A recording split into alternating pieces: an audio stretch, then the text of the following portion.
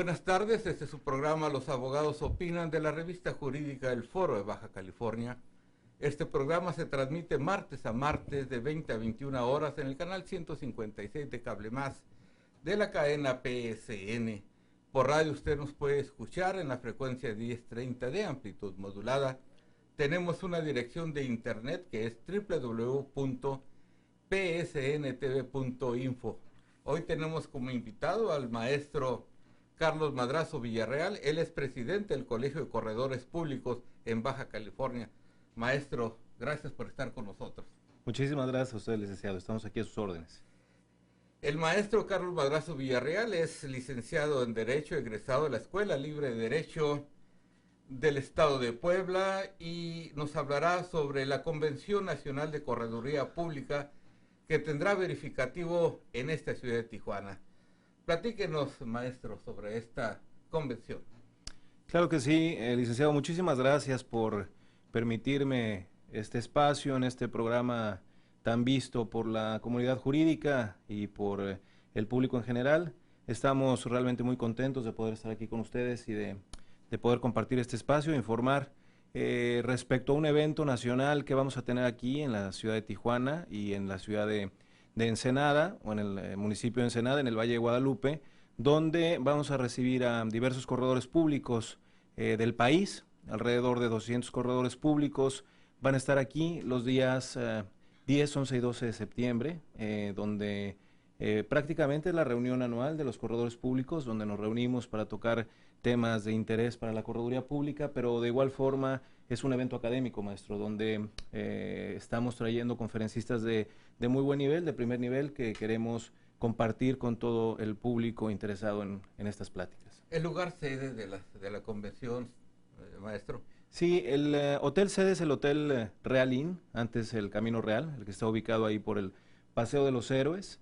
Y bueno, ahí vamos a tener las conferencias, vamos a hacer la apertura y la inauguración. Estamos esperando autoridades de primer nivel, estamos esperando que venga el secretario de Economía a nivel federal o la subsecretaria de Normatividad por parte de la Secretaría de Economía. Hemos invitado también al gobernador del estado, el cual esperamos nos acompañe, porque es una tradición que en cada convención nacional el ejecutivo del estado, así como los representantes del Poder Legislativo, del Poder Judicial, siempre acompañan en la apertura. Estamos esperando que nos acompañen, y así como representantes del sector gobierno, de la Secretaría de Desarrollo Económico del Estado, y diversas personalidades, líderes de cámaras, líderes de organismos empresariales, pero sobre todo colegas abogados nuestros. Qué importante. El Colegio de Corredores Públicos agrupa, me decía usted antes de entrar al programa, más de 400 corredores en todo el territorio nacional. Sí, aproximadamente somos 400 corredores públicos en el país, los que estamos habilitados en ejercicio, habilitados, como usted sabe, por el Ejecutivo Federal, y estamos supervisados por la Secretaría de Economía. Y bueno, estamos esperando que esta sea una convención récord, donde asistan por lo menos 200 corredores públicos a esta convención junto con sus acompañantes. Entonces estamos esperando alrededor de una convención de alrededor de 400 personas, 500 personas, incluyendo los profesionistas, abogados, los peritos evaluadores y los estudiantes que nos quieran acompañar en los eventos académicos. ¿Cómo le hacemos para enterarnos nosotros, y yo no personal, para difundirlo a nuestro público, del horario, de las personas, de los temas? Claro, pues mire, si quiere le platico un poco claro, respecto al programa. Es un programa interesante. Comenzamos el día jueves 10 con la inauguración, a la cual están todos invitados a las 10 de la mañana en el Hotel Real Inn, y después tendremos una conferencia magistral. Viene la doctora Zoila H. León, es una, como usted sabe, es una gran autora en materia de sociedades, en materia mercantil. Nos viene a hablar de un tema por demás interesante, que es el mandato mercantil. Siempre se ha considerado o existe la idea de que el mandato es una figura exclusiva del ámbito civil, y viene a platicarnos un poquito sobre esto, sobre el mandato mercantil. Tenemos también... Quiero sí, interrumpirlo sí, claro. para comentarlo a nuestro público. El mandato siempre se había reputado civil porque solo se contempla en el Código Civil del Fuero Común en Baja California y el Código Civil Federal, es como una figura netamente de representación civil. Y a mí me interesa de sobremanera este tema, no me voy a perder la conferencia de la maestra. Eh, Habla un poquito del mandato mercantil, porque ya estoy intrigado. Claro, aquí lo importante es determinar que la representación es una figura que no es exclusiva del derecho civil, sino que la representación es una figura que está y que existe en diversas áreas del derecho. Y hablando lo que usted comentaba en este momento, es un tema muy interesante, de que el mandato es un contrato que está en los ordenamientos civiles locales. Si podemos recordar un poco lo que dice el Código de Comercio en su artículo segundo, dice que será supletoria de esta y demás leyes mercantiles el Código Civil Federal. Y aquí es una palabra muy importante que a veces nos olvidamos o olvidamos realmente su significado. ¿Qué significa suplir? Suplir significa llenar algún vacío, algo que no está.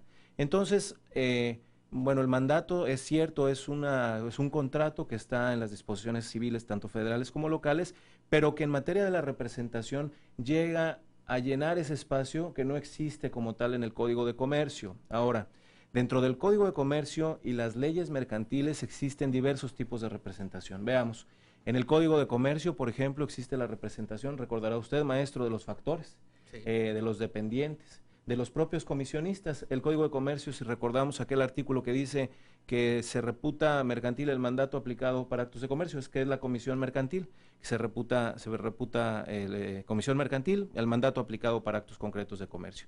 Y después tenemos otras leyes mercantiles derivadas del propio Código de Comercio, como por ejemplo la Ley General de Sociedades Mercantiles, donde nos habla en su artículo 10 acerca de la representación de las sociedades mercantiles. Y después tenemos aquella que llaman ahora la representación orgánica, que tenemos que aclarar que esta representación orgánica es una figura moderna porque no existía. Yo estoy seguro que cuando usted estudió y cuando yo estudié en la licenciatura, nosotros nos enseñaron que existía la representación legal y la representación voluntaria. Pero ahora el derecho sabemos que es dinámico y que existe esta representación orgánica ya descrita y ya definida por la propia Corte, y la cual es aquella que tienen aquellos funcionarios de las sociedades mercantiles que son nombrados por el órgano máximo, que es la Asamblea de Accionistas, o por sus órganos de administración, como pueden ser los directores, los gerentes especiales, etcétera. Entonces, vemos que es un tema, no es, es un tema muy profundo donde podremos pasarnos un gran tiempo hablando sobre esto, pero por eso los invito a que vayan y que escuchen a la doctora Zoila H. León Tovar, que nos va a hablar en particular de este tema extremadamente interesante. Sí, lo hice con toda la mala fe del mundo porque nos ven también muchos estudiantes, abogados jóvenes, recién egresados, y distraje la atención de este tema porque es un tema que se explora todos los días en los tribunales. Claro. A veces no alcanzan algunos jueces a entender que una persona moral no puede estar sin representación, de que no obstante que el periodo para el cual fue nombrado el presidente del consejo o el gerente, mientras no haya una sustitución por parte de la asamblea, seguirán en sus funciones.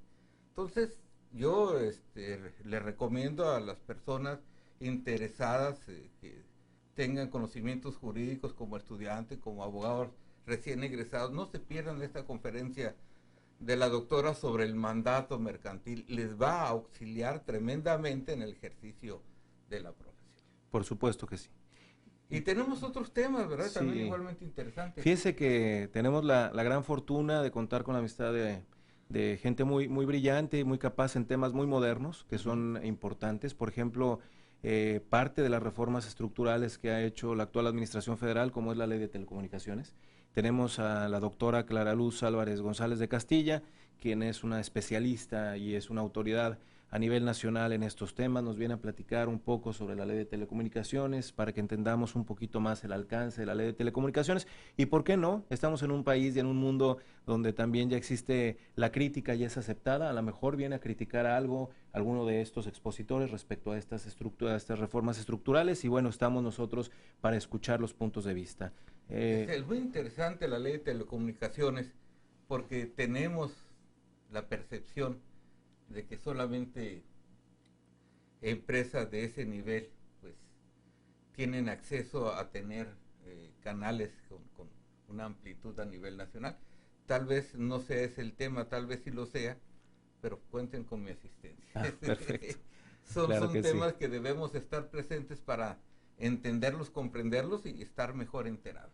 Sí, por supuesto. Yo creo que estamos viviendo una época de una reevolución, no le llamaría de una revolución, sino de una reevolución en la cual se están rompiendo muchísimos paradigmas, se están rompiendo muchísimos temas que se han enquistado en el pasado. Nosotros ahora, al hablar de telecomunicaciones, por supuesto no nada más hablamos de la televisión como la conocíamos, pero ahora vemos este tipo de transmisiones que además es de televisión que se da por cable o por señales abiertas, también se da por otros medios de comunicación como internet.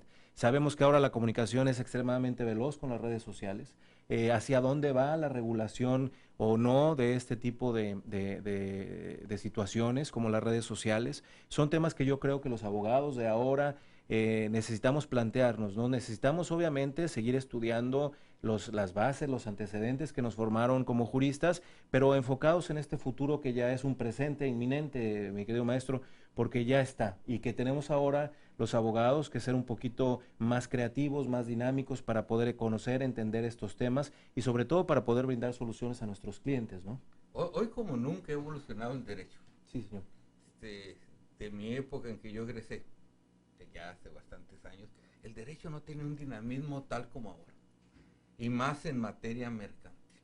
Día a día se transforman las leyes mercantiles, las sociedades mercantiles anónimas que eran de 5, después fueron de 2 socios, ahora son unipersonales y los alumnos se preguntan, ¿cómo una sociedad de una sola persona? Si la sola palabra implica que cuando menos 2. Hay regulaciones día a día a través del Congreso de la Unión en materia mercantil, y qué decir de la Suprema Corte que día a día también nos emite criterios que para estar al tanto pues debemos estar apegados a este tipo de información porque vienen personas verdaderamente enteradas de los temas. Claro. Y es muy importante pues que el llamado para que asistamos a estas conferencias. Sí, por supuesto. Después contamos también con el doctor Samuel Rangel. Él es un excomisionado del Instituto de Acceso a la Información, el cual también nos viene a hablar sobre datos personales, protección de datos personales. Este es un tema en particular que les puede interesar mucho a los abogados, no nada más corredores públicos, abogados que tengan despacho, que trabajen en despacho, cómo manejamos los datos personales de nuestros clientes, a qué estamos obligados nosotros como prestadores de servicios jurídicos respecto a los datos que todos los días manejamos en nuestras oficinas. Entonces, este es un tema también muy interesante. Después viene un director de la Unidad de Inteligencia Financiera de la Secretaría de Hacienda, que nos viene a hablar un poquito de la ley de lavado de dinero. También usted sabe, ¿no? Los fedatarios públicos, los propios abogados que tienen una relación de negocios con sus clientes, las sociedades financieras, etcétera, a partir de la expedición de la ley que para prevenir las operaciones con recursos de procedencia ilícita o llamada ley de lavado de dinero, pues estamos obligados a generar avisos, estamos obligados a llenar expedientes de datos de nuestros clientes. Entonces es importante darle una refrescada y bueno, saber hacia dónde vamos con este tema, ¿no? Viene la persona del Distrito Federal, de la propia Dirección General de esta Unidad de Inteligencia Financiera. Y por último, tenemos muy interesante, tenemos 2 temas más, perdón, tenemos un tema muy importante de evaluación. Viene Rafael Matos Moctezuma, que es una autoridad en materia de evaluación de obras de arte. Aquí invitamos a los peritos evaluadores de todo el estado, colegas nuestros evaluadores, para que asistan. Va a ser un tema muy interesante, va a ser una plática sobre los principios de la evaluación de obras de arte, muy interesante. Y por último, el último día como clausura vamos a tener un foro a una mesa redonda a la cual invitamos a este medio para que nos acompañe. Claro que sí. Vamos a tener un foro de corredores públicos, hacia dónde va la correduría pública en México. Usted sabe, maestro, que la correduría pública es una figura muy, muy vieja, es una figura ancestral, pero es una figura no muy conocida por todos y es una figura que definitivamente viene en crecimiento, viene en boga a partir de la expedición de su ley en 1993, de su entrada en vigor de la ley, y que bueno, que ahora está repuntando porque no únicamente fungimos nosotros como fedatarios públicos, como a lo mejor mucha gente se puede imaginar o tiene esa concepción, ¿no?, de que tenemos alguna similitud con otra figura de fe pública que son los notarios, sino que además de esta fe pública que nos otorga el Ejecutivo Federal, tenemos otras funciones importantísimas, ¿no?, como es la evaluación, como es la intermediación, como es la propia asesoría jurídica y como es el arbitraje, que son temas extremadamente interesantes. Entonces, en esta plática vamos a ver hacia dónde vamos con opiniones de diversos corredores públicos del país, ¿no? Ahí vamos a ver qué sigue. Ha tocado usted un tema que para nuestro público resultará interesante, el saber distinguir entre las funciones de un fedatario civil como es el notario público y las funciones de un corredor público que también es fedatario. Entonces, me gustaría para que las personas que nos ven y nos escuchan, pues sepan a grandes rasgos, si usted no quiere diferenciar entre un notario público y un corredor público. Claro que sí. Mire, el notario público y el corredor público se parecen o tienen una función similar o muy parecida, que es que tienen fe pública. ¿Qué es la fe pública? La fe pública es un atributo originario del Estado, en el cual hace constar hechos que interesan al derecho. Como el Estado no puede estar en todo lugar para dar certeza jurídica de las operaciones, actos, hechos jurídicos que se llevan a cabo, entonces delega en particulares esta función de poder dar fe a su nombre. Y existen, usted sabe, en una división constitucional, perdón. Sí. No solo la fe que tienen, que se delega el Estado al notario, se la delega la entidad federativa y a usted se la delega la federación. Sí, es correcto. Pero la función importante de ustedes es que autentifican la existencia de los actos para que haya mayor certeza dentro de las relaciones que se dan en la sociedad. Sí, es correcto. Sí, el corredor público es una figura, como le dije, muy vieja, existe desde que existe el comercio, pero realmente se viene a profesionalizar o se viene a cambiar a partir del 1992 cuando se expide la Ley Federal de Correduría Pública, y es muy interesante porque esta ley surge a partir de la celebración del Tratado de Libre Comercio, como una necesidad que imponen los gobiernos, tanto de Estados Unidos como de Canadá, para poder firmar ese tratado, porque se requería de funcionarios ágiles que tuvieran fe pública, pero que además, como usted bien lo dice, pudieran ajustar los contratos que se le presentaban, pudieran autentificarlos, dando una verdadera pericia en el derecho comercial. Es decir, el corredor público es un abogado.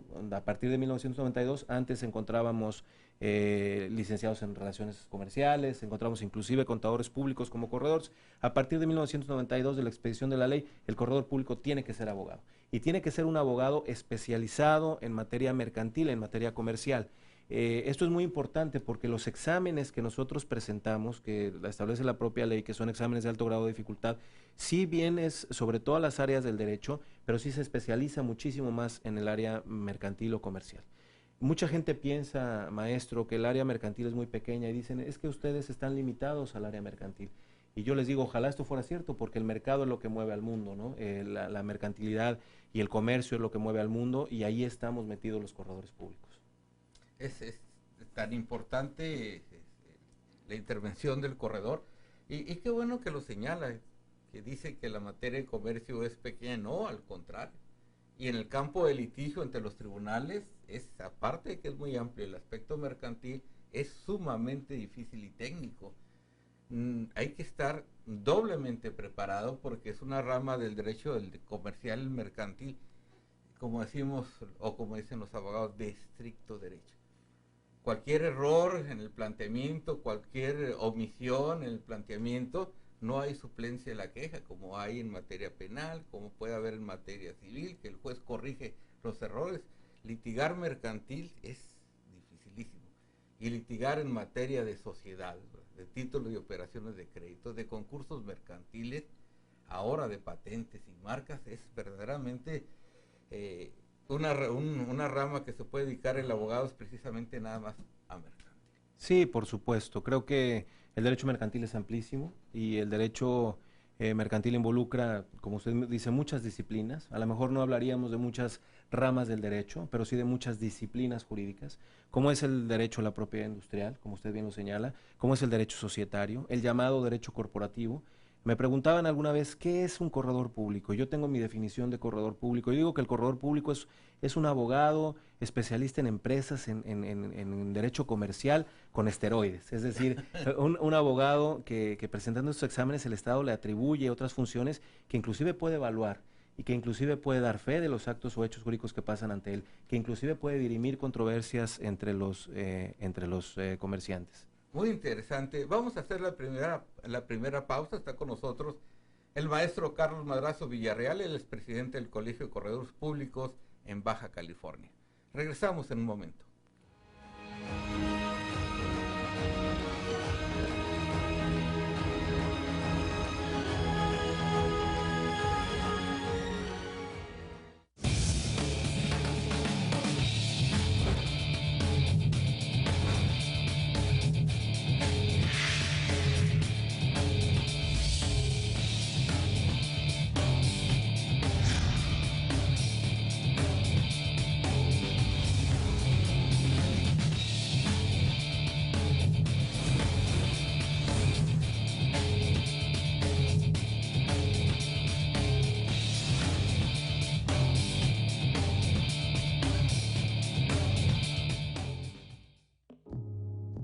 Disparo de ofertas de Colchonera Verum. Aprovecha un 40% de descuento más box gratis en el modelo Cool Hell, con lo más nuevo en tecnología Memory Foam.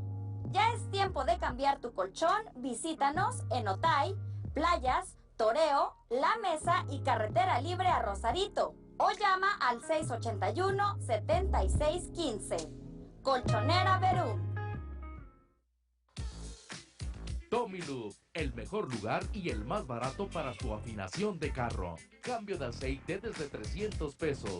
Y porque usted lo pidió, además contamos con suspensión, frenos, diagnóstico por computadora y limpieza de inyectores. Estamos ubicados en Río Colorado, número 9608, Colonia Marrón.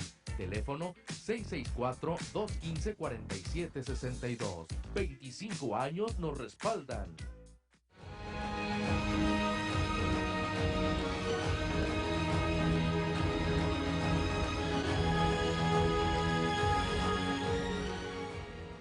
Regresamos, platicamos con el maestro Carlos Madrazo Villarreal, el expresidente del Colegio de Corredores Públicos en el estado de Baja California, sociedad civil, y tendrán una convención nacional de correduría pública los días 10, 11 y 12 de septiembre aquí en la ciudad de Tijuana y también en lo que está de moda, el Valle, ¿verdad? Ensenada. Bien, estábamos hablando de las funciones de un corredor público, a diferencia de las funciones que tienen un notario. El notario sí puede ver cuestiones mercantiles, ¿verdad? Crean sociedades, constituyen sociedades, protocolizan asambleas y una serie de cosas, pero ustedes como corredores públicos no se pueden meter en materia civil. Sí, aquí es un tema muy interesante y creo que... Y muy polémico. Muy polémico. Por años, a mí siempre me preguntan, oye, sí, en los problemas entre los notarios y los corredores, le digo, la realidad es de que nosotros no tenemos ningún problema. Yo creo que cada quien debe tener sus funciones. Es muy clara la Constitución General de la República respecto a las funciones que están reservadas para la Federación y aquellas funciones que están reservadas para los estados. Y creemos nosotros que hay funciones que son muy claras que puede tener el corredor público y que hay funciones que debería tener el corredor público porque también son muy claras y que por un problema político, a lo mejor un problema económico también, se ha impedido que participen. Pero sabemos que estamos, como lo decíamos hace rato, en una época donde se están rompiendo paradigmas, donde se están rompiendo inclusive monopolios y creemos que, bueno, que siempre será el que haya más prestadores de servicios en cualquier ámbito, siempre será de beneficio, no para el que los presta necesariamente, sino para la colectividad, es decir, para la sociedad. Entonces, sí, si bien es cierto, usted acaba de comentar algo interesante, los notarios públicos, a pesar de que sabemos de que el comercio es un área reservada por la Federación o para la Federación y que las leyes mercantiles están reservadas al Congreso de la Unión, bueno, pues se les dio facultades a los notarios públicos para que intervinieran en estos actos federales, pero esto es de manera excepcional. Y bueno, lo hacen y lo hacen muy bien. Yo conozco muchos extraordinarios notarios públicos con muchísimo conocimiento también en materia mercantil, Pero tenemos que recordar una cosa, mi querido maestro, y que yo sí lo pongo aquí para los juristas. Recuerden que el derecho civil es supletorio del derecho mercantil. Es decir, no están peleados. Claro, el derecho mercantil surge del derecho civil, del derecho de gentes, pero no todo es eminentemente civil, ni tampoco tiene todo el carácter eminentemente mercantil. Tenemos que recordar, lo que hablábamos ahorita en el tema del mandato, que existen muchas figuras que, bueno, que no se han regulado o que a lo mejor no existen como tal dentro de la legislación mercantil, pero para eso nos remiten suplentemente o a través de una suplencia a la legislación civil federal. Y esto es un tema muy interesante que yo se los pongo a los abogados para que lo estudien, porque existe ese problema, ¿no? Que dicen, esto es civil y esto es mercantil, como si se pudiera etiquetar a una cosa o a otra. Yo creo que en esta vida, en este mundo, como el dinamismo del comercio, hay pocas cosas que no son mercantiles. Y pregunten, traten de inclusive a veces negociar, ¿no? Muchísimas cosas hasta con la familia, con la pareja, y a veces se vuelven cuestiones muy mercantiles, ¿no? Fíjese que el avance, y le voy a platicar una cuestión anecdótica de materia procesal mercantil. Cuando yo era juez civil, como juez civil conocía asuntos civiles, mercantiles y familiares. En aquella época así se utilizaba por los 70. Si una persona celebraba un acto de comercio y otra persona celebraba un acto mercantil, se regía el juicio por las normas del orden civil. Ahora ha cambiado. Basta que una de las personas realice un acto de comercio, aunque la otra realice un acto civil, y la operación, el procedimiento será netamente mercantil. Claro. Una persona que adquiere un lote de terreno con un particular, para él es un acto civil, pero la empresa inmobiliaria que se dedica a vender casas y terrenos realiza un acto mercantil. Llega un problema entre ellos, y antes se ventilaba por la vía civil, ahora necesariamente el Código de Comercio lo establece, es una vía de carácter ordinario mercantil. Claro, tenemos que recordar algo muy interesante, que la mercantilidad de los actos se lo dan, de acuerdo a la doctrina clásica, tres supuestos. El sujeto, es decir, la persona que interviene en el acto de comercio, que sea comerciante, y recordamos que el Código de Comercio establece básicamente tres personas distintas que realizan actos de comercio, que son las personas físicas, las personas morales y las sociedades extranjeras con operaciones en México. Y si una de las personas, como usted lo menciona, es comerciante, el acto se considera mercantil. Si el acto está contemplado en una ley mercantil, entonces es mercantil. Y si el objeto es lucrar, obtener un beneficio económico, también es mercantil. Por eso, pues tenemos que ser muy analíticos en realmente darle ese tinte civil o mercantil a las cosas. Usted dice algo muy interesante que me voy a permitir, porque esto es nuevo, esto es de diciembre del año pasado. Surgieron dos criterios de la Corte, sin entrar en muchos tecnicismos, pero para los abogados, dos criterios por contradicción de tesis, chéquenlos, inclusive de la primera sala de la Suprema Corte de Justicia de la Nación, donde ya reconocen por fin algo que existe en 1800 y tantos, que se hizo el Código de Comercio, que existen las compraventas inmobiliarias mercantiles. El artículo 75 del Código de Comercio dice, la ley reputa actos de comercio, y si nos vamos en particular a la fracción segunda dice, las compras y ventas de bienes inmuebles con dicho propósito de especulación comercial.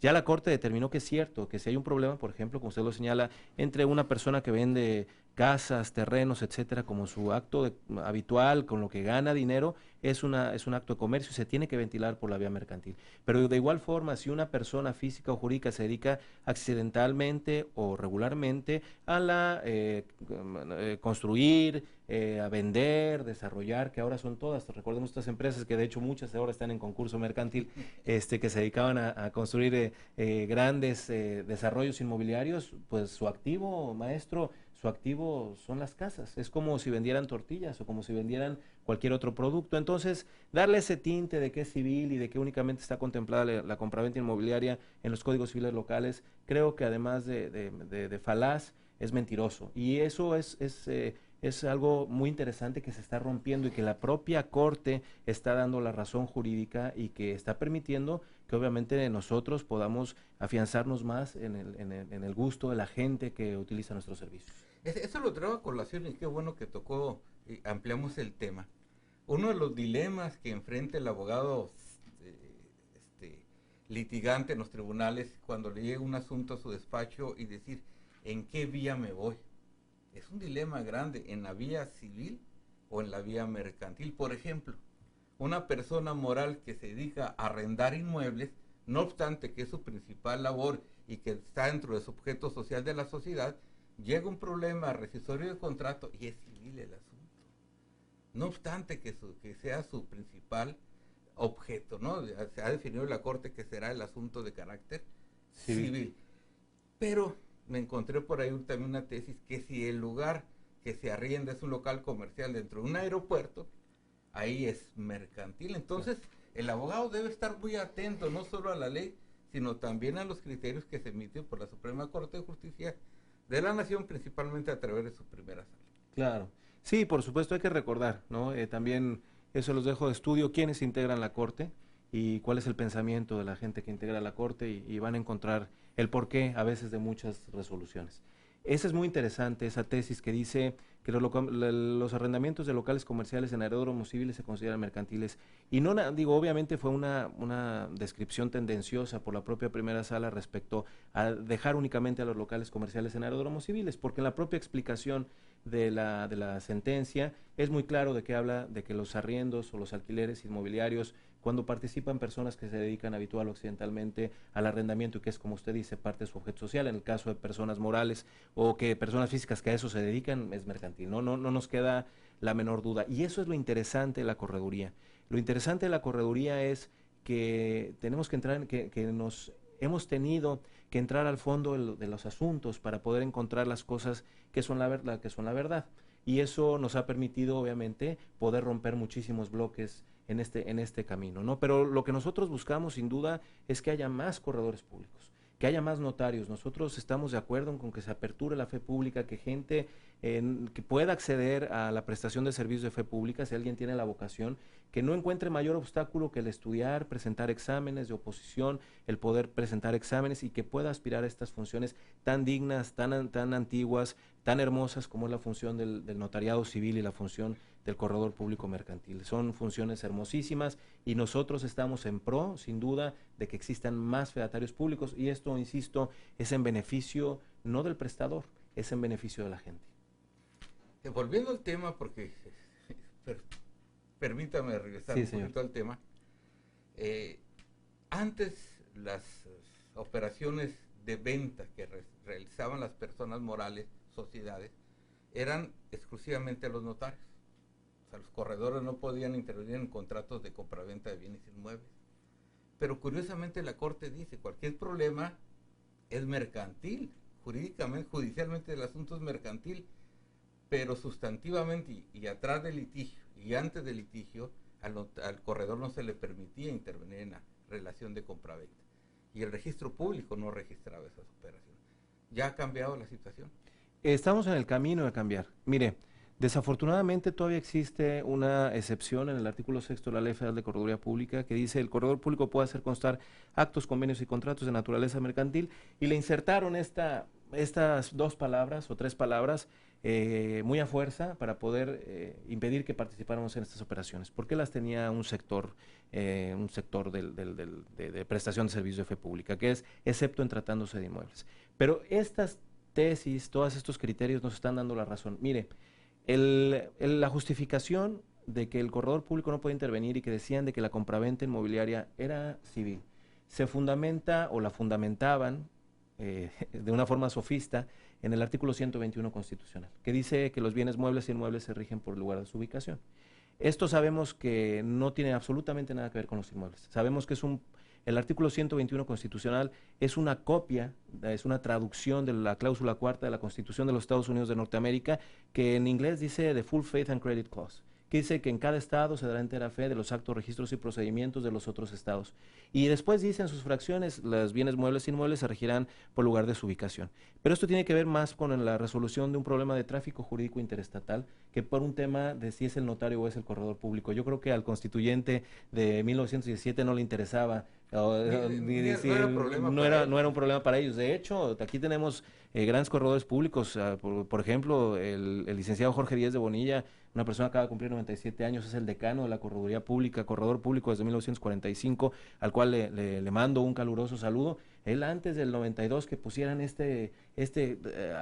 cosa para que no podamos intervenir, se daban contratos de compraventa inmobiliarios porque a la correduría pública era por clases y había corredores inmobiliarios que generaban pólizas de compraventa, etcétera. Esto es un tema reciente, pero es un tema que no va a durar para siempre, esperemos, y que estamos trabajando, no peleando, porque no es nuestra intención pelear con nadie, sino es probar la realidad jurídica de las cosas, y creo que vamos en muy buen camino. Se han roto demasiados paradigmas. Antes a los jueces de primera instancia no se les permitían interpretar la Constitución. Cuando el artículo 133 dice la norma fundamental es la Constitución, pero curiosamente a los jueces no. Ahora con el control difuso, ¿verdad? Ya se les permite. Creo que han caído muchas cosas, muchas situaciones que parecían dogmas de fe, que nadie las estudiaba, nadie profundizaba, y creo que hoy todo está a discusión. Claro. Y los temas que usted toca de que ya no se les permiten o no se les permitían, creo que van avanzando en esto, y llegará el momento en que, como usted lo mencionaba, no es una cuestión de competencia, no es una cuestión de problemas, sino que las cosas deben tomar su verdadero cauce. Claro. Vamos a tener una segunda pausa, maestro. Estamos platicando con el señor licenciado Carlos Madrazo Villarreal, presidente del Colegio de Corredores Públicos del Estado de Baja California AC. Regresamos en un momento.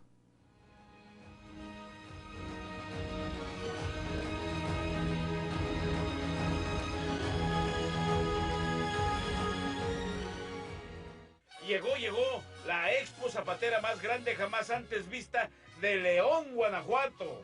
Y lo mejor, todo a precio de fábrica. Zapatos para niña, para niño, zapatos escolares, para toda la familia. Además, las mejores chamarras jamás antes vista y todo de piel. Ya no compre mercancía china, compre hecho en México. Más calidad, más duradera, a precios increíbles.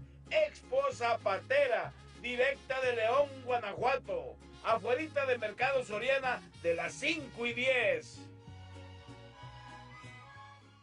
La salud de tu familia está relacionada con la salud de tus mascotas. Por eso cuida de ellas y evita la transmisión de enfermedades como la riqueza. Te recomendamos reforzar en tu hogar las acciones de limpieza. Y si presentas fiebre, malestar general, dolor de cabeza y abdominal, acude a tu médico. Recuerda que la riqueza no se contagia de persona a persona y es curable si se detecta a tiempo. Información es prevención.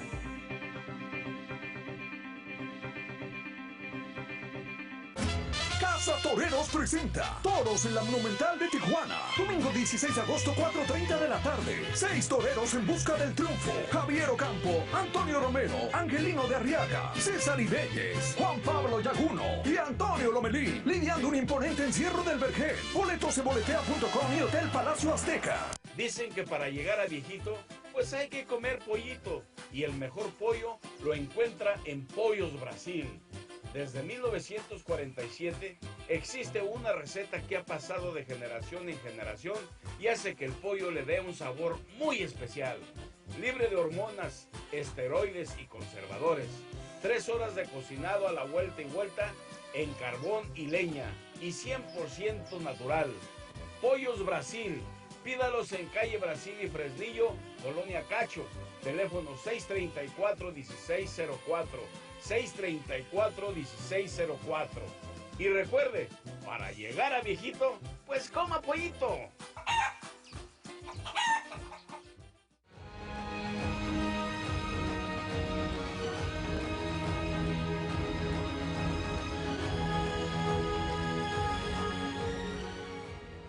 Regresamos, estamos platicando con el maestro Carlos Madrazo Villarreal, presidente del Colegio de Corredores Públicos del Estado de Baja California, Asociación Civil. Estamos platicando sobre temas muy interesantes para los abogados, los conocedores del derecho, los estudiantes de la carrera de Derecho. Hablamos de las funciones que corresponden a los corredores públicos, pero que años atrás estuvieron vedadas, estuvieron cuestionadas, hoy van avanzando. Y hay un tema también sumamente interesante con relación a los contratos que llevan una garantía real como es la hipoteca. Claro. Que antes eran cuestiones que se consideran netamente civil y de los cuales no podían tener acceso los corredores. Claro. Aquí lo importante sobre todo en el caso de los contratos con garantía, ya sea real o personal, es que siempre dependen de una obligación principal. Sabemos que los contratos donde se presta dinero a cambio de un interés y que la persona que los presta se dedica accidental o habitualmente a eso, realiza un acto de comercio. Y esto implica que es una legislación federal y esto implica que será el corredor público el encargado de dar fe principalmente, ¿no?, de este tipo de operaciones, o naturalmente o tradicionalmente debería de ser así. Por ejemplo, el contrato de crédito simple o el contrato de crédito en cuenta corriente que regula la Ley General de Títulos y Operaciones de Crédito a partir de su artículo 290 y al 310 me parece. Ahí muy interesante, dice que los créditos simples o los créditos en cuenta corriente se pueden garantizar con garantía real o personal. Yo me fui por todo la ley de títulos y no encuentro ninguna garantía real. Me voy por todo el Código de Comercio y tampoco encuentro ninguna garantía real. Entonces, supliendo esa falta, lo que hablábamos al principio, ¿a dónde me tengo que ir? Al Código Civil Federal. Y encuentro por ahí esta figura de la hipoteca. Y es muy curioso porque la hipoteca, dice muchos, esto es un contrato, y la realidad es de que si nos vamos a la definición que está establecida, la letra de la ley, dice que es la garantía real que se ejerce sobre un bien. Un tema muy interesante que los alumnos deben estar muy conscientes. La hipoteca no es un contrato. No es un contrato. No es un contrato, es precisamente una garantía. Es correcto. Que la puede prestar el propio deudor de la obligación principal o incluso un tercero, ¿verdad? Es correcto. Cuando llegamos nosotros, yo quiero a mi compadre para que le suelten el crédito, yo pongo mi casa en garantía. Es un ejemplo así llano pero entendible. Claro. Entonces, aquí obviamente de lo que da fe el corredor público es del contrato principal, del que surge la obligación de pago. Y obviamente si están dentro de esa misma convención, acuerdo de voluntades, que él mismo, como usted señala, o un tercero quiere garantizar de manera solidaria o de manera subsidiaria la obligación, otorgando una garantía que está establecida en el Código Civil Federal, pues bueno, le llamaremos hipoteca. Pero algo muy interesante, maestro, es que la hipoteca no necesariamente sobre bienes inmuebles.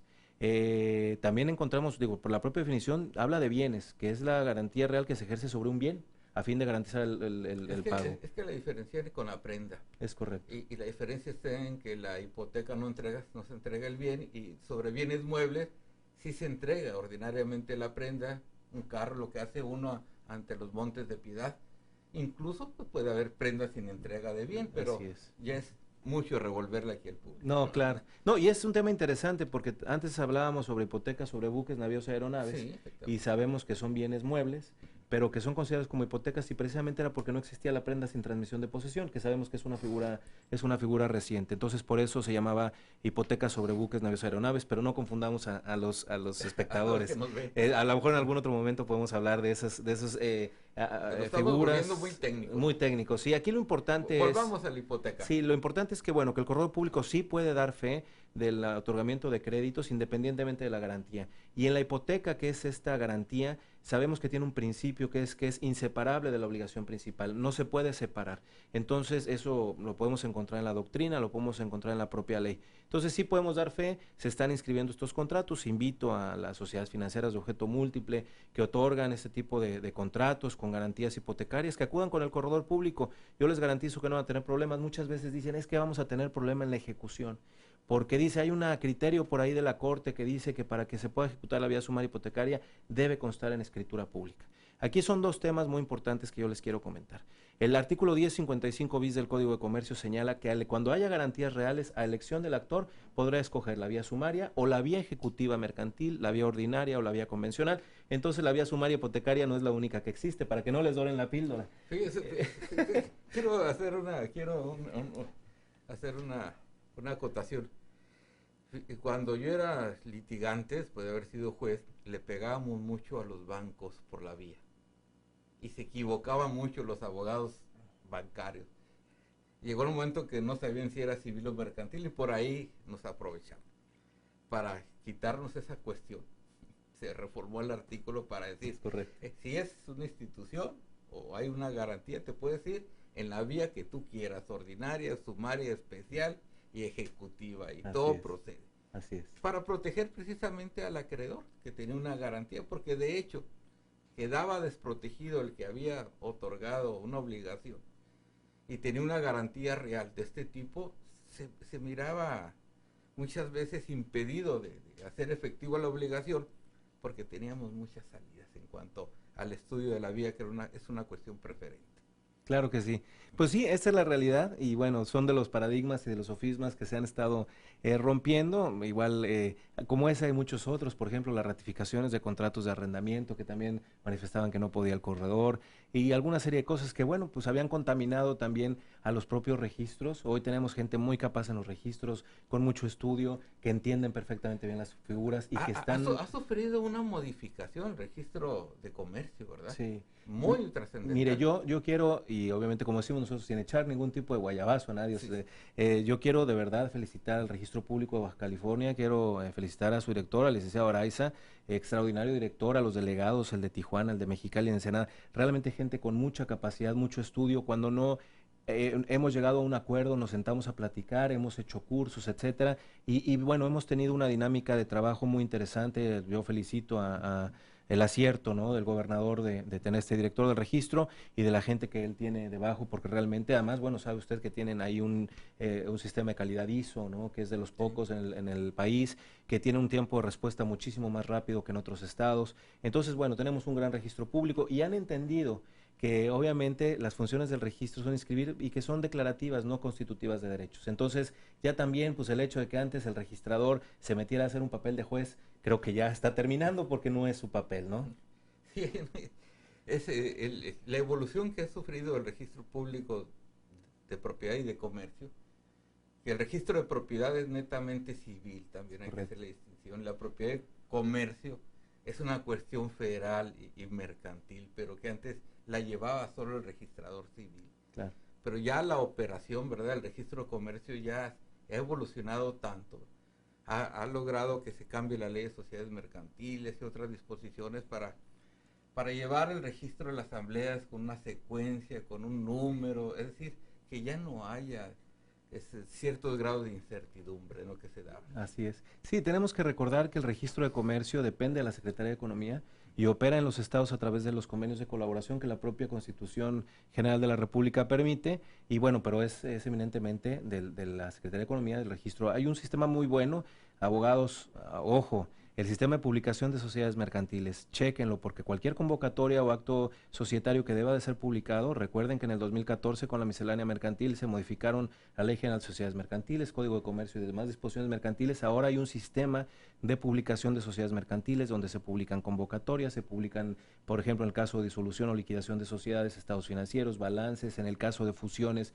la forma de extinguir los activos, todo lo que requiera publicidad ya no se hace en los periódicos. Ya no se hace en el periódico oficial del Estado, ya no se hace en el diario oficial, se hace en un sistema electrónico de la Secretaría de Economía. Les recomiendo que lo chequen para que después no les tumben sus asambleas. Sí, qué bueno que me lo recordó, porque son reformas recientes y hasta que tenemos el problema encima de promover una nulidad de asamblea o de los acuerdos de la asamblea, pues hay que irnos primeramente a las convocatorias y ver los requisitos que hoy se exigen.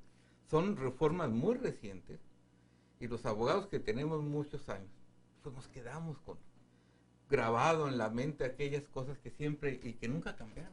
Claro. Pero que ahora nos encontramos, y lo vuelvo a reiterar, un avance, una evolución tan rápida del derecho mercantil, que si no está uno al día, ¿verdad?, se pueden perder los asuntos.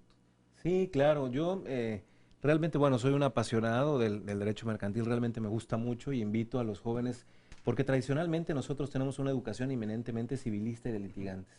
Así nos educan en las universidades, pero veamos que el derecho es, para mí, la profesión más hermosa del mundo y que tiene múltiples áreas en las que nos podemos desarrollar, y una de ellas es la correduría pública. Yo también invito a los jóvenes que se interesen en la correduría pública, y no nada más jóvenes ni tan jóvenes, licenciado, a usted, a cualquier persona. No, yo estoy por retirarme. Que se pueda, tenemos al licenciado Jorge Díaz de Bonilla, tiene 97 años, todavía tiene mucho tiempo, licenciado, para poder hacerlo, para que nos hable al Colegio de Corredores. Yo los invito a la página web www.colegiodecorredoresbc.com a la página de Facebook, también pueden ahí buscar la página de Facebook del Colegio de Corredores de Baja California, el Twitter del Colegio de Corredores. Estamos tratando de utilizar estos medios de comunicación y recordarles de la convención, maestro, es bien importante.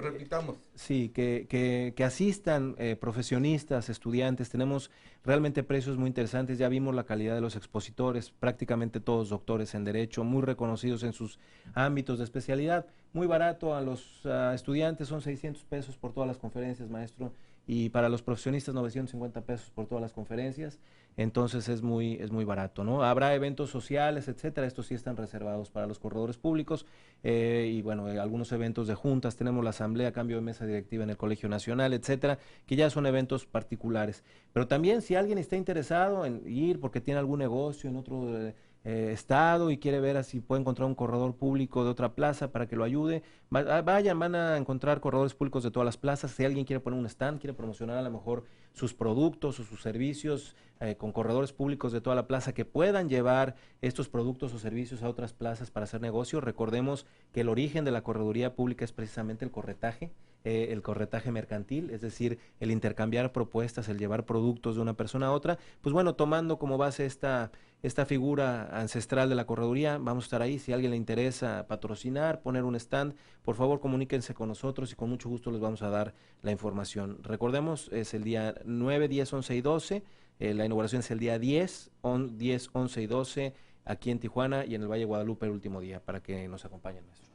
Bien, ya se nos está agotando el tiempo, pero me quedó una inquietud cuando me dice que viene un expositor para hablar de la evaluación de obras de arte. Sí, señor. Me llama la atención porque el arte es una cuestión tan subjetiva, tan personal. ¿Cómo le hace un evaluador, un corredor público evaluador de bienes, de obras de arte? Porque me viene a la mente la atención que hay obras que no tienen valor. Claro. Sí, una de las más famosas es la Gioconda, ¿no? Que dicen que cuál es el valor de la Gioconda, que no tiene valor. Porque usted sabe que todos los bienes, esto es un tema bien interesante también. La evaluación surge del comercio. ¿Para qué existe la evaluación? Porque la gente necesitaba saber cuánto valía o en cuánto más bien podía vender lo que tenía. De ahí surge la evaluación. Ahora se han hecho una cuestión de que la evaluación para efectos catastrales, la evaluación para efectos fiscales, la evaluación para efectos... Pero realmente el origen de la evaluación es mercantil. Entonces por eso... Empezó como permuta, ¿verdad? Así es. Cosa por cosa, pero eran diferentes ¿cuánto cosas, vale? Claro. ¿Cuánto, verdad? Y por eso es el corredor público el que interviene desde toda la historia en la evaluación de bienes, porque como es el que intervenía en la negociación, pues tenía que saber cuánto valían para decirle a uno y al otro más o menos cuánto iban a pagar, después poder ajustar el contrato, tener ese conocimiento jurídico y después poder imprimir la fe pública y después resolver, porque también la función del árbitro, el corredor público es muy interesante, que podemos platicar en otro momento. Pero esta evaluación me pregunta, ¿cómo se da?